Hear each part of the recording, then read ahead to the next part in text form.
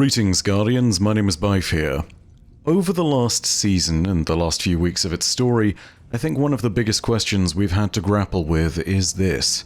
What is the nature of Mithrax's past? Today in the lore that's been revealed with the progressing of the season and its lore books, we've uncovered some major new notes about parts of his past that he hasn't shared with us thus far and that is not in any of the lore that we had prior to this season. The story we're about to hear comes from the perspective of none other than his mother, an Eliksni known as Einax. I make no exaggeration when I say that this is the most important lore of the season to date.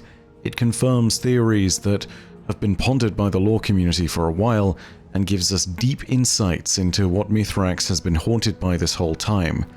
Today we're going to dive into the story of the Above All Else lore book and all the dark secrets that it contains within.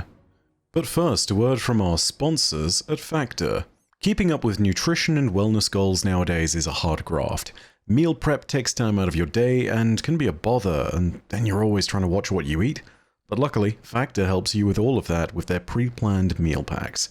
There are 27 rotating weekly meal options and over 33 add-ons like smoothies, keto shakes, and desserts, so there's always a lot of choice. If you're looking for calorie-smart meals, vegan meals, vegetarian meals, or any other dietary requirements, there are meals out there in that variety that can be good for anyone. Most importantly for me, it's convenient. Factor cuts the stress out of cooking and food by managing meal prep for you. Meals can come together in minutes. No-nonsense, fast, and nutritious food is here with Factor. Use my link or go to go.factor75.com and use code POGBIFE130 to get $130 off across 6 boxes. Thanks again to Factor for sponsoring this video. Anyway, back to the lore. So here we are, at the precipice of discovering more about the Eliksni and about Mithrax.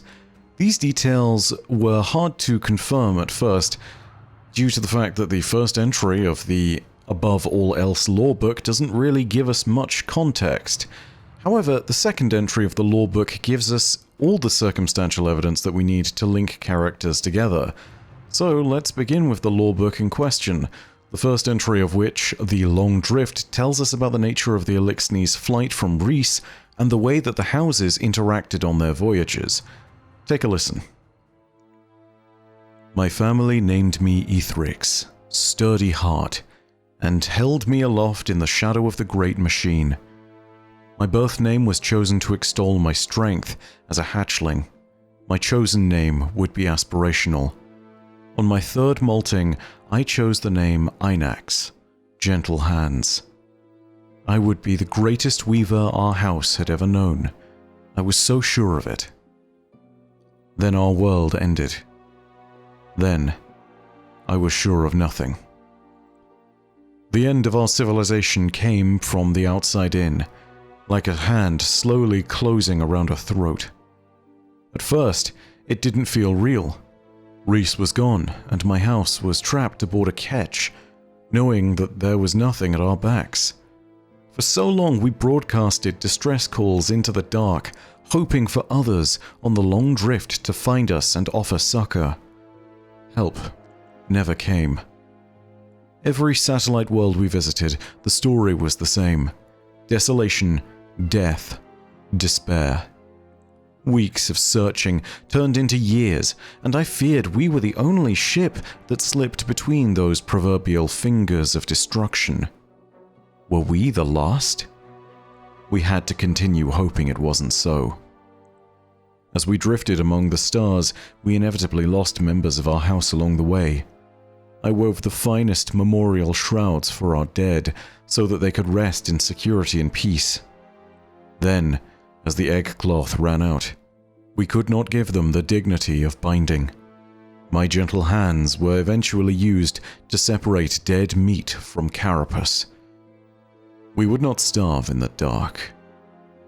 My son was brought into this world of isolation, abandonment, and suffering. I should have crushed his egg and woven it into cloth. A regret I will always carry. Sentimentality for the old world won out. A bitter hope for the future stayed my hand. I named him after my father. I did not know if we would carry on our house's tradition of birth names and chosen names. What purpose did it serve now? What did it matter? My son's father died weeks after the birth. He was not missed. It was better that way. His death was something I did not regret. It would be years before we encountered another catch. It bore the sigil of the House of Dancers, renowned for their skill with machines and generosity to those in need. Their Kel agreed to send an emissary to discuss our needs. I knew this emissary, Eramis, when we were children. All I knew of her in adulthood was that she had a wife and hatchlings. I had hoped the whirlwind had taken it all from her. I hated myself for wanting that. Eramis was no longer the meek child I once knew. That much was certain when I greeted her aboard my ketch. She brought 2 hatchlings with her, just barely old enough to walk on their own. They were mischievous little things, the round one constantly trying to tug the taller one's arms off until Eramis disciplined them. I carried my son, swaddled to my chest, as a show of trust. Negotiations between us were tense. I quickly realized that the House of Dancers had no interest in sharing their resources, but rather in assessing our own vulnerabilities. When it was clear to Eramis that we could not be easily disabled and stripped of our ether, we found a compromise. House of Dancers would be supplied with materials for repair, and in turn we would take on some of their people, along with a fractional store of ether. She was sending them to die with us, rather than condemn them to the cold and uncaring depths of space where her people could see. I learned who Eramis had become, and what ideals she lived by. 2 hands in greeting, 2 hands concealed. It was an inequitable deal, and Eramis knew it. "Your alternative is death," she offered me. A coward's voice slipped out of my mouth when I declined that choice. I asked her where her wife was, hoping I would inspire her to feel, for a moment, as hopeless as I did. She did not so much as flinch, then foisted the 2 hatchlings onto me. They were not hers, as I had assumed, but the first of the House of Dancers that we would take in the exchange. Too many hands and not enough ether to go around. The simplest solution was also the most difficult one. We had to find a way to thin our numbers again. The names of these 2 children in question will be revealed in a moment, but they're the proven link that allows us to assess that Inax was Mithrax's mother. You can start to really get a sense of the true desperation that has plagued Mithrax's mother thanks to this lore reading. She has had to turn from the gentle path that she had desired to a path that mandates her survival at all costs. She has gone from burying and sanctifying the dead of her house to butchering and scavenging their corpses. This was the effect of the societal collapse that was the whirlwind. Being a member of the House of Dancers or the House of Weavers or the House of Stone no longer meant what it used to. The whole of society had turned in on itself and began to devour what remained. Attrition and a zero-sum game had taken hold. It's not hard to see how a practice such as the removal of the spare arms of an Eliksni came to be in such a harsh place. The next entry of the Above All Else lore book tells us about the house that would eventually become the House of Wolves, the house that I believe Inax was leading. It tells us about how they went from gentle weavers to savage raiders. It tells us of how Rakis and Civix would interact with Mithrax. Most importantly of all, though, it shows us something dark that was discovered by Inax. Something that changes everything. We had sailed the long drift for centuries, but I had yet to come to terms with our new reality. My son had only borne witness to a fraction of it. He was still young, still struggling to understand his place in the world. The 2 children from the House of Dancers, Rakis and Civix, were slightly older and had become his reluctant friends. They protected him from the adolescents who would steal his ether when I wasn't looking. It was not a family to me, not truly. I had yet to understand that Ketch is kin. Once we found the Great Machine, we learned that it had uplifted a whole new species, granted them power beyond anything it had bestowed to us. That betrayal drove some in our house to despair, others to death, and many to violence. Adapting to this betrayal was to be our next challenge. I listened to the poison-minded advice of soft-shelled cowards and tried to speak with the Great Machine's new chosen, our usurpers. They repaid the Machine's kindness with violence, killed 3 of my closest friends. I later discovered that they shucked their carapaces and wore their chitin as armor. We learned all we could about these usurpers, like how their limbs were supple and could be pulled from their bodies far easier than our own kind. I came to love the sound of their screams. If violence was the only language they spoke, so be it. Time had made me fluent. Some of my house refused to abandon the old ways. The fools draped themselves in the naive raiment of splicers, praying to a god that doomed us all. They could contemplate their failure with what was left of their lives in the cold dark. I had no time for them, save for goading them into raids. If we wanted to retake the Great Machine, we would not do it by prostrating ourselves like weeping children. We would take it back by force. We killed the Machine's chosen, taking what we could, rooting through the rotten innards of their dying world. We took refuge in the shadows of their dusty moon, where the usurpers' ruins stuck out like bones from the dust. It was empty. It was silent. But there was value to be had in picking those old bones clean. On one such expedition, I had strapped my son to me and set out to pick over a bounty of bones. But it was not the spools of spin cable, the plates of hardsheet, or the fragments of clear cut that proved most valuable. It was what we found buried beneath the bones. What was buried deep. We traversed that day into dark tunnels where something hideous festered beneath the moon's surface. Horrific creatures that stank of wet soil, shrieked like dying animals, and tore at flesh. They possessed a ferocity we had never seen before, and my raiding party was being whittled down one by one. But when it seemed like these creatures were to finish the rest of us off, they relented. They appeared to hear something that terrified them, something that left us to wonder. What are monsters afraid of? The creatures scurried back into their warrens and vanished into their subterranean temple they spilled out of. And for a moment, I thought I heard something too. Something soft. A whisper. But as forceful as a scream. That was when we saw it.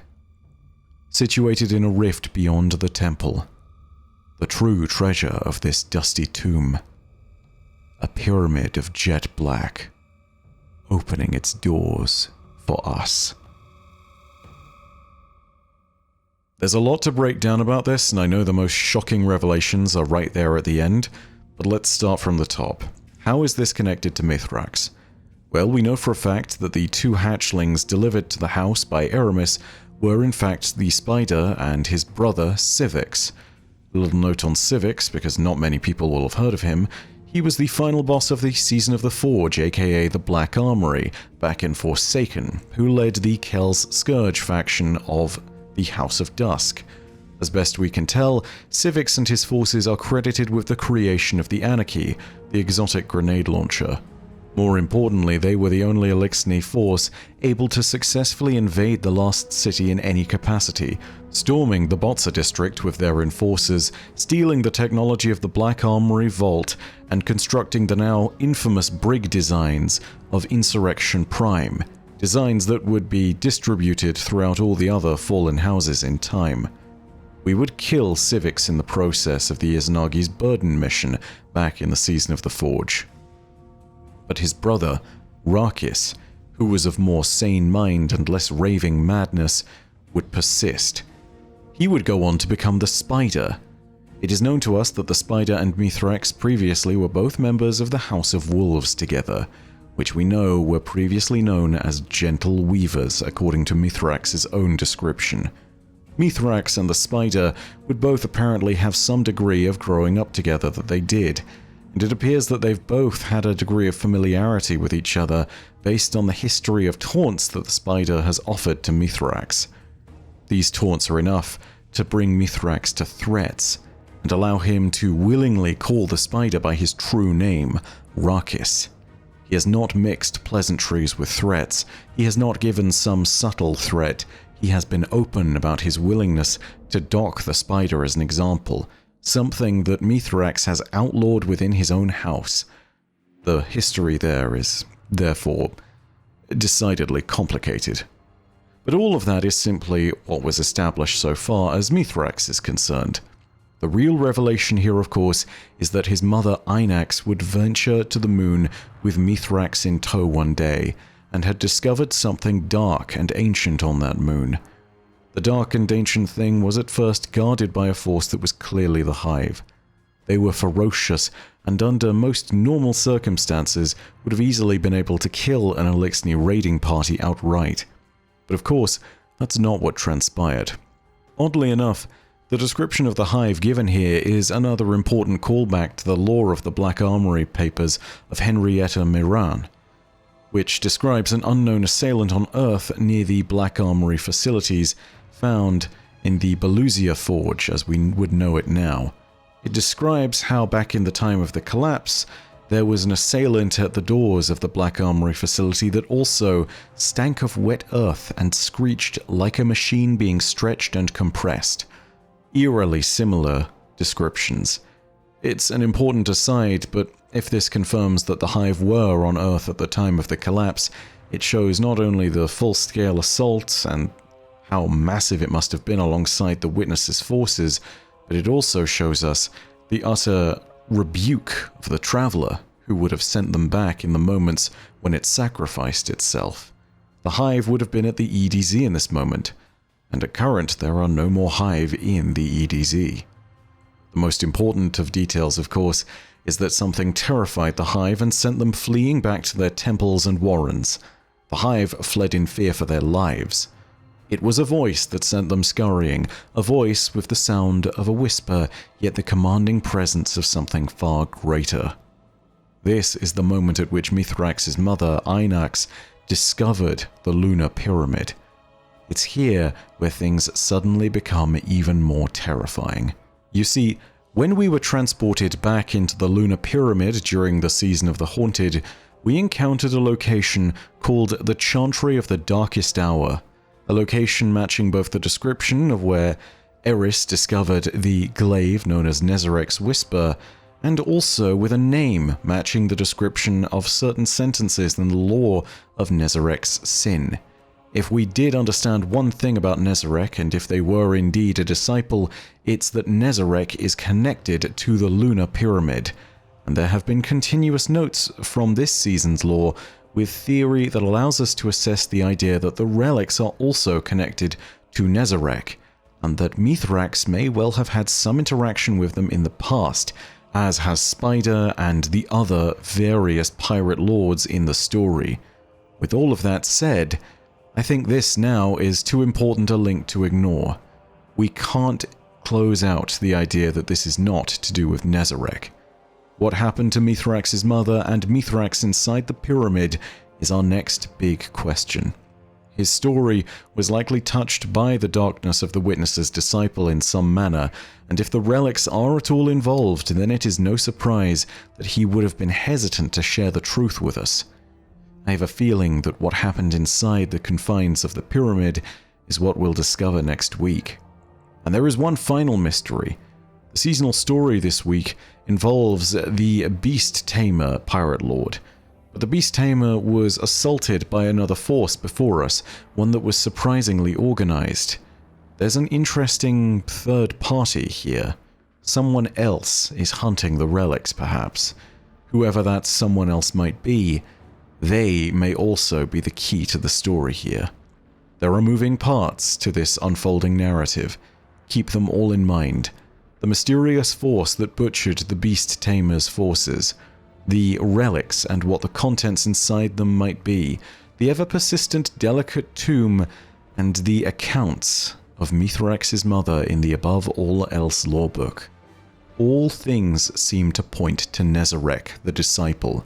All things seem to confirm that we have a story connecting Mithrax and the spider to the Lunar Pyramid. All things are darker than they first appeared, and we shall find out the truth of the matter next week, perhaps. But that's all from me for now. I hope you enjoyed the video. This one was really exciting to make because, you know what? Reading lore like this and seeing how all of the dots finally come together, it makes me happy to sit there and really nail down on the theory that I had suspicions about from the first or second week of the story. Honestly, it's exciting to see stuff like this come to terms.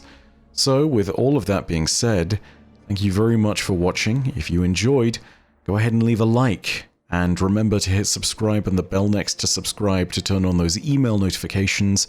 And of course, remember that you can leave your own thoughts and comments down below in the comments section. I have a feeling that next week is going to be big. All the characters seem to be pointing at that idea. So, let's see what happens next week. It'll be a very exciting time. But as per usual, know that your viewership is quite enough for me. And that in the meantime, my name is Byf. Rodacia ad Astra. I'll see you, Starside.